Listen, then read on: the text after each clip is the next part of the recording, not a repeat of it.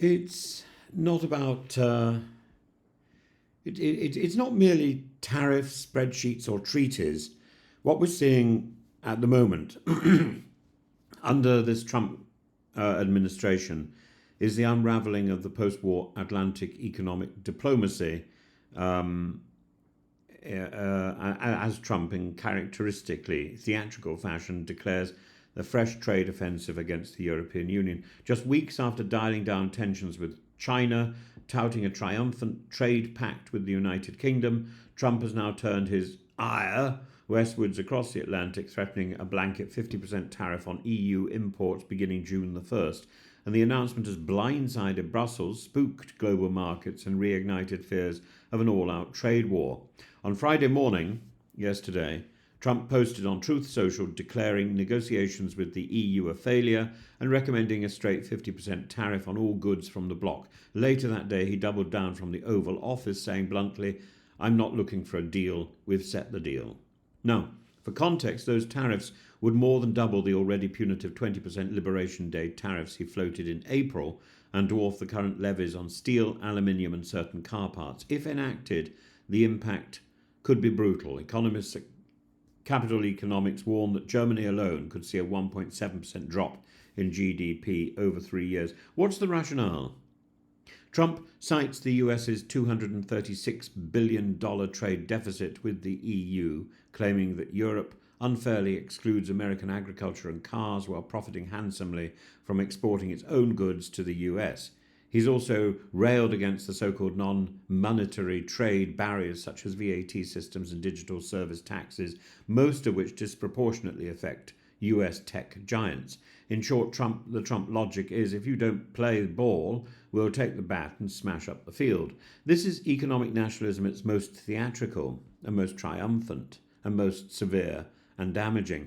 Trump insists that this is not a negotiating tactic, but his own Treasury Secretary, Scott Bessent, let the cat out of the bag. "I hope this lights a fire under the EU," he told Fox News. That fire, one suspects, will mostly be under the feet of German car manufacturers and French wine exporters. But let's not pretend this is new. Trump has always seen tariffs not as a tax on American consumers, which they are, but as a tool for showmanship. Remember his obsession with Apple. On the very same day, he threatened a 25% tariff on iPhones not made in the United States, dismissing Tim Cook's attempts to diversify away from China by moving manufacturing to India. "I don't want you building in India," Trump reportedly said. Charming. This is not so much industrial policy as economic cosplay. The European Union has responded with firmness and restraint. Trade Commissioner Markos Sefcovic warned that the EU will defend its interests and condemned Trump's tactics as unhelpful. And meanwhile, member states have already approved a €21 billion retaliatory package set to kick in from mid-July. Targets include maize, wheat, clothing, motorcycles, and perhaps most politically potent of all, bourbon whiskey and Boeing aircraft. Markets, for their part, took fright.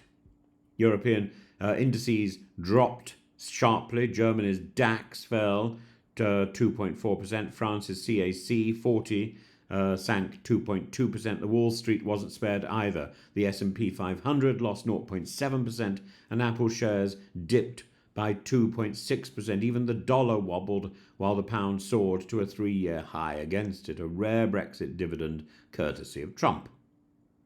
Austin Goolsbee of the Chicago Fed warned that the move could disrupt supply chains and raise the bar for interest rate cuts. And this isn't mere speculation.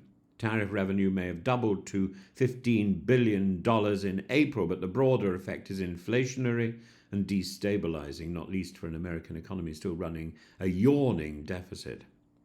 This is not just about Europe, it's about the precedent. Trump's insistence on reciprocity is cloaked in populist rhetoric, but the effect is predictable: economic uncertainty, fractured alliances, and politicized supply chains. It also sets a dangerous norm where diplomacy is replaced by the logic of the bully pulpit. Moreover, his latest salvo exposes the internal contradictions of Trump's second-term economic platform. He wants tax cuts and massive infrastructure spending, the so-called big, beautiful bill, but also tariffs and deregulation. Mood is unimpressed.